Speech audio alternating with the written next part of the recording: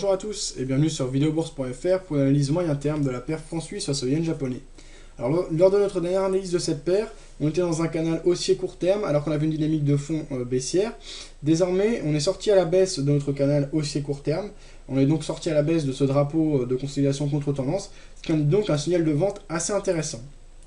Alors, ce qui aurait été le plus intéressant, je pense, c'est de prendre position à la clôture de la bougie du 3 août ou à l'ouverture de la bougie du 4.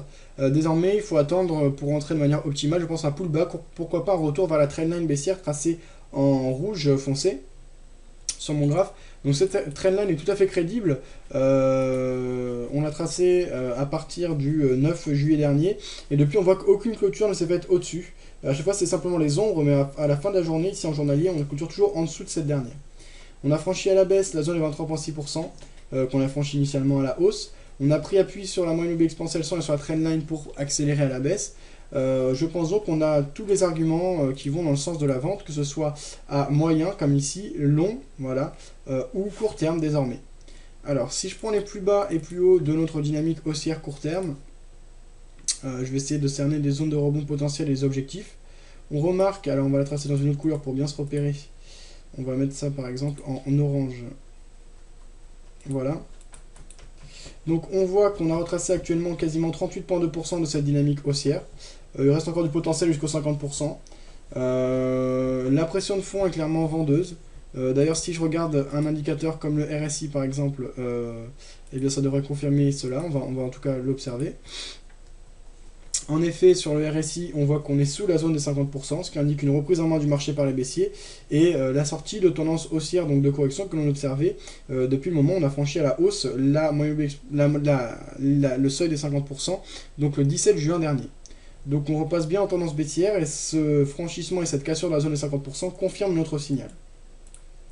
J'aurais pas grand chose de plus à signaler, là le signal est assez net. Je vais prendre position sur le compte tradé ensemble moyen terme. Alors hop, voilà. Sur le compte tradé ensemble moyen terme, prise de position à la vente aux cours actuels. Alors comme j'ai dit, le point d'entrée optimal ce sera un retest de la trendline. Maintenant pour pas risquer de passer à côté, je vais prendre une position maintenant les plus prudents et on va dire les plus patients pourront attendre le scénario précis. Moi je vais rentrer à la vente donc à 82,18. Alors, erreur fréquente. Alors, je vais redémarrer ma plateforme.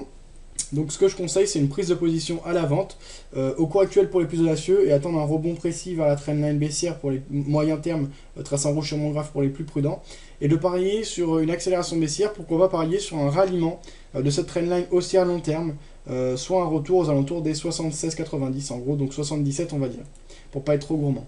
Au niveau du stop loss, eh bien, je le placerai au-dessus des précédents plus hauts ou au-dessus de la moyenne mobile exponentielle 200 tracée en noir sur mon graphe pour les traders qui peuvent se permettre une perte plus conséquente. Un stop loss plus serré serait juste au-dessus de la trendline baissière ou de la moyenne mobile exponentielle 100 tracée en bleu marine.